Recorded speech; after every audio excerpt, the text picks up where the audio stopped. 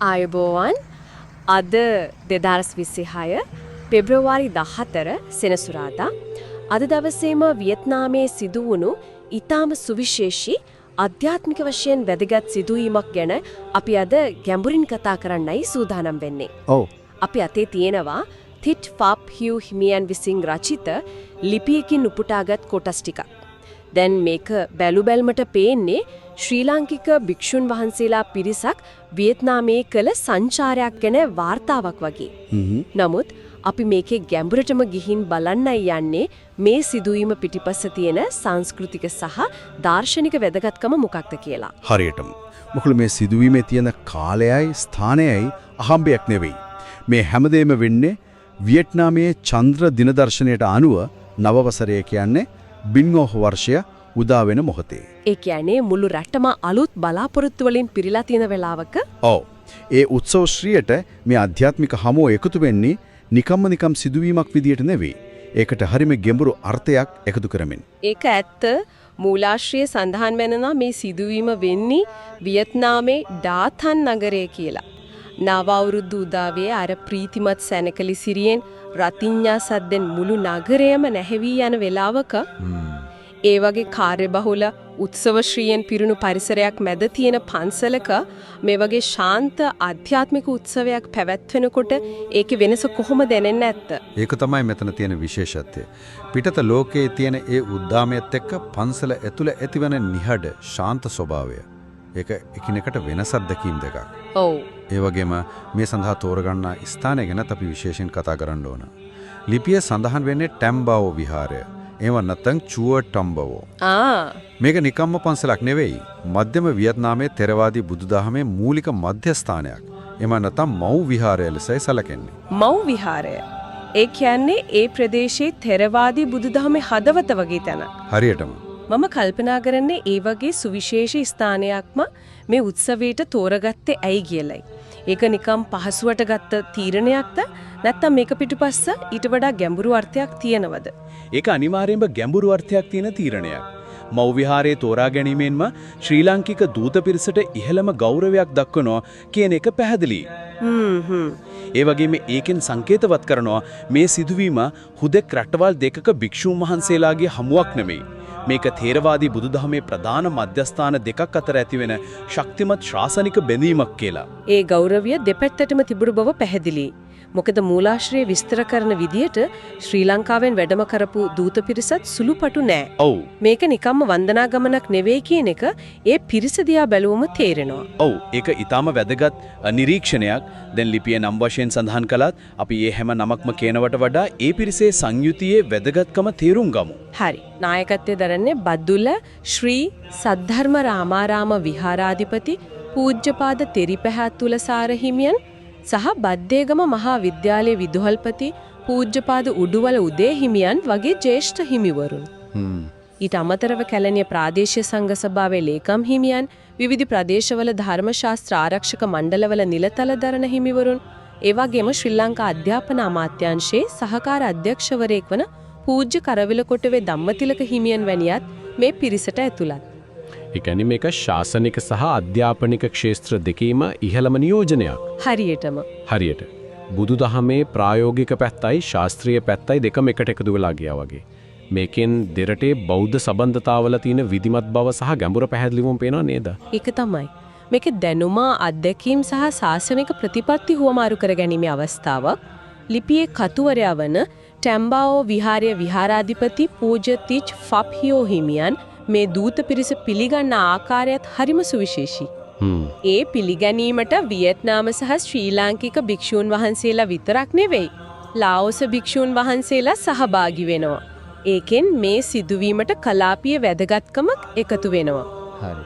දැන් අපි යමු මේ උත්සවයේ උච්චතම අවස්ථාවට. මූලාශ්‍රයෙන් හරිම ලස්සනට විස්තර කරනවා ඊටිපන්දන් දැල්වීමේ සක්මන් භාවනාව.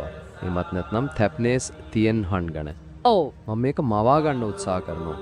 නිස්කලංක රාත්‍රියක පන්සල් භූමියක දල්වපු ඉටිපන්දම් 100 ගානක ආලෝකය විතරක් තියෙද්දි ඒ එළිය අතෙන් අරගෙන සක්මන් කරන භික්ෂුන් වහන්සේලා පිරිසක්. ඒ දර්ශනෙම හරිම ශාන්තයි. ඒ දර්ශනේ පිටුපස ගැඹුරු අර්ථයක් තියෙනවා.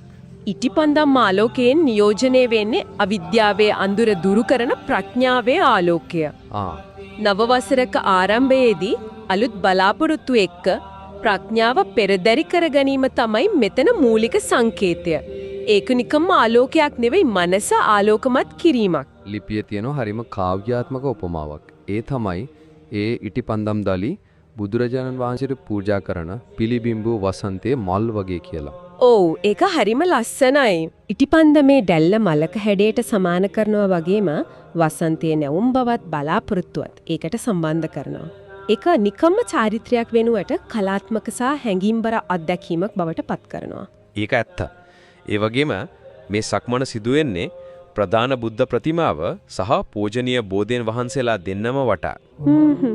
ඒ අතරතුර ගායනා කරන ගැඹුරු පාලි පිරිත් සජ්ජායනාව මූලාශ්‍රය සඳහන් වෙනව මුළු විහාරයම සාමකාමී ශක්තියකින් වැසී ගියා කියලා. ඒ කියන්නේ මොකද්ද? ඒක නිකම්ම වචන ටිකක් නෙවෙයි. මම අහලා තියෙනවා සක්මන් භාවනාව ගැන. නමුත් ඒක සාමාන්‍යයෙන් තනිවම කරන දෙයක් නේ.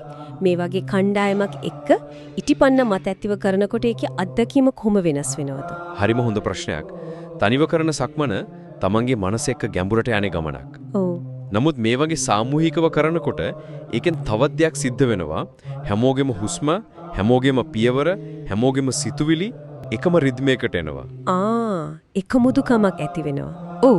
ඒ එකමුතුකමෙන් ඒ සාමූහික අවධානයෙන් අමුතු ශක්තියක් ජනනය වෙනවා. අන්න ඒකට වෙන්න ඇති ලිපියේ සාමකාමී ශක්ති තරංගයක් කියලා කියන්නේ. ඒක පැහැදිලි.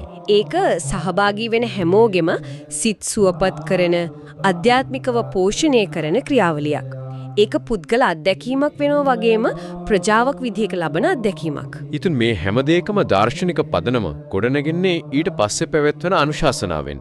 දූත පිරිසේ නායක හිමියන් සුබාදහමේ චක්‍රය මිනිස් ජීවිතයේ චක්‍රයට සමාන කරනවා. වසන්තය, ගිම්හානය, සරත්, ශීත ඍතු වගේම මිනිස් ජීවිතයේත් ඉපදීම, දිරීම, වෙනසීම කියන චක්‍රයක් තියෙනවා කියලා පැහැදිලි කරනවා. ඒක බුදුදහමේ මූලික ඉගැන්වීමක්. හැබැයි උන්වහන්සේ ඒක මේ විශේෂ අවස්ථාවට ගලපන විදිය හරිම අපූර්වයි. උන්වහන්සේ අවධාරණය කරනවා අලුත් අවුරුද්දේ ආරම්භය කියන්නේ ඊටා වැදගත් ඉපදීමක් සන් කියලා. ඒ වචනය සන් කියන එක නිකම්ම ඉපදීම කියනවට වඩා බලගතු වෙයි. ඒකෙන් මොකක්ද අදහස් වෙන්නේ? ඒකෙන් අදහස් වෙන්නේ ජීවිතේට නව මගක් තෝරාගන්න. නැවුම් අදිෂ්ඨානයක් ඇති කරගන්න මිනිස් මනසට තියෙන ශක්තිය අනිත් ඕනෑම වෙලාවකට වඩා ඒ මොහොතේ ප්‍රබලයි කියන එක. ඒක හරියට සරුබිමක බීජයක් වපුරනවා වගේ. ඒක හරිම බලගතු අදහසක් නේද? අපි හැමෝම අලුත් අවුරුද්දට අදිෂ්ඨාන ගන්නවනේ. ඔව්. නමුත් ඒ පිටිපස්සේ තියෙන මානසික ශක්තිය ගැන, ඒ මොහොතේ තියෙන සුවිශේෂී බව ගැන ඒ විදියට හිතන්නේ නැහැ. හරියටම. මේ අනුශාසනාවෙන් කියවෙන්නේ මේ මොහොත නිකම් දිනදර්ශනීය පිටුවක් පෙරලන්න වගේ දෙයක් නෙවෙයි. ඒක මනසේ නව පිටුවක් පෙරලන්න තියෙන හොඳම අවස්ථාව කියලයි. අපි මේක තව ටිකක් පුළුල් සංදර්භයකට සම්බන්ධ කරමු. ලිපියේ තවත් වැදගත් වියට්නාම වචනයක් තියෙනවා. ජියෝඤ්ඤන්. ඔව්. ඒකේ තේරුම හේතු වැපිරීම. මේකෙන් කියවෙන්නේ අලුත් අවුරුද්දේ පන්සල් යන්නේ ආශිර්වාද ඉල්ලන්න විතරක් නෙවෙයි ඊටත් වඩා වැදගත් දෙයකට. ඒ තමයි හේතු වපුරන්න. හේතු වපුරන්න. ඒක ඇහෙනකොට මට මතක් වෙන්නේ ගොවිතැනක් ගැන. අපි අතරම වපුරන්නේ මොනවද? ඒක කර්මය පිළිබඳ බෞද්ධ සංකල්පයේ ගැන තියෙන හරිම ප්‍රායෝගික සහ බලගත් උපමාවක්. ඒකෙන් කියන්නේ අලුත් අවුරුදු උදාවෙල මේ සුවිශේෂී මොහොතේ ඔයාගේ සිතුවිලි, වචන සහ ක්‍රියාවන් හරියට බීජ වගේ. ඔයා කරුණාව කියන බීජ වැපුරුවොත් ඔයාට සාමකාමී අවුරුද්දක් නෙලා ගන්න පුළුවන්. ඒ කියන්නේ සතුටු කියන්නේ බලාගෙන ඉඳලා ලැබෙන දෙයක් නෙවෙයි අපි විසින්ම ක්‍රියාකාරීව ගොඩනගා ගන්න දෙයක්. හරියටම. මේ මුළු ඉටිපන්දම් උත්සවයම මේ සක්මන් භාවනාව මේ යහපත් හේතු වැපිරීමේ ප්‍රායෝගික අභ්‍යාසයක්. දැන් මට මේ හැමදේම එකිනෙකට සම්බන්ධ වෙන විදිය පේනවා. නව අවුරුදු උදාව කියන සුවිශේෂී ඉපදීමේ මොහොතේ. ඔව්. ථේරවාදී බුදුදහමේ මව් විහාරයේදී ප්‍රඥාවේ ආලෝකය සංකේතවත් කරන ඉටිපන්දම් මතතිව සාමූහිකව සක්මන් කරමින් යහපත් හේතු ගොයෝන්‍යන් වපුරනවා. ඒක නිකම්ම චාරිත්‍ර එකතුවක් නෙමේ. එකම අරමුණක් තියෙන ගැඹුරු දාර්ශනික ක්‍රියාවලියක්. අනුන්ගෙන් ආශිර්වාද බලාපොරොත්තු වෙනව වෙනුවට තමන්ගේ සිත, කය, වචනය සංවර කරගෙන තමන්ටම ආශිර්වාදයක් වෙන්න කියන එක තමයි මෙතන හරය. ඉතින් මේ හැම දෙයකින්ම අපිට පේන්නේ මොකක්ද?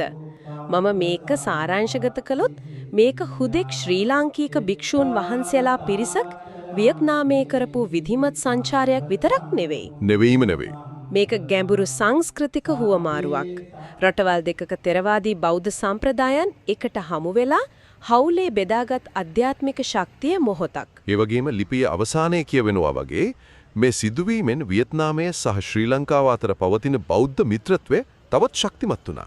මේක හුදෙක් ආගමික උත්සවයක් පමණක් නෙවෙයි රටවල් දෙකක් අතර තියෙන ඓතිහාසික බැඳීම අලුත් කරන අනාගතයට ශක්තිමත් පදනමක් දාන සිදුවීමක්. අර කාව්‍යාත්මික උපමාවම පාවිච්චි කළොත් වසන්තයේ පිපුණු මල් වගේ මේ මිත්‍රත්වයටත් මේ සිදුවීමත් එක්ක අලුත් පිබිදීමක් ලැබුණා. ඇත්තදම ඒක ලස්සන අදහසක්. මේ සිදුවීම හරහා වපුරපු ඒ යහපත් බීජ දෙරටේම බෞද්ධයන්ගේ සිත් සතන් තුල වර්ධනය වෙලා සාමයේ සහ මිත්‍රත්වයේ පළදරනවා කියන එක තමයි අපිට බලාපොරොත්තු වෙන්න පුළුවන්. හැබැයි මට මේ මුළු සාකච්ඡාවෙන්ම හිතේ රැඳුණු ප්‍රශ්නයක් තියෙනවා. ලිපියේ සහ අනුශාසනාවේ අවධාරණය කරන්නේ නම අවුරුද්දේ යහපත් බීජ වැපිරීම ගැන. ඒක බලගතුයි. නමුත් අපි මේ මූලධර්මයේ වාර්ෂිකව විතරක් නෙවෙයි දිනපතාම අනුගමනය කළොත් මොකද වෙන්නේ? ඒ කියන්නේ සෑම හිරු උදාවක්ම අර අනුශාසනාවේ කිපු විදිහට සුවිශේෂී ඉපදීමක් එහෙමත් නැත්නම් සන්ෂයින් එකක් ලෙස සැලකුවොත් අප සෑම දිනකම ආරම්භ කරන විදිහ සහ සෑම උදෑසනකම අප වපුරන්නට තෝරා ගන්නා බීජ ගැන අප සිතන ආකාරයෙන් වෙනස් වෙන්නේ කොහොමද? ඒ ගැන මදක් සිතා බලන්නට මේ හොඳ අවස්ථාවක්.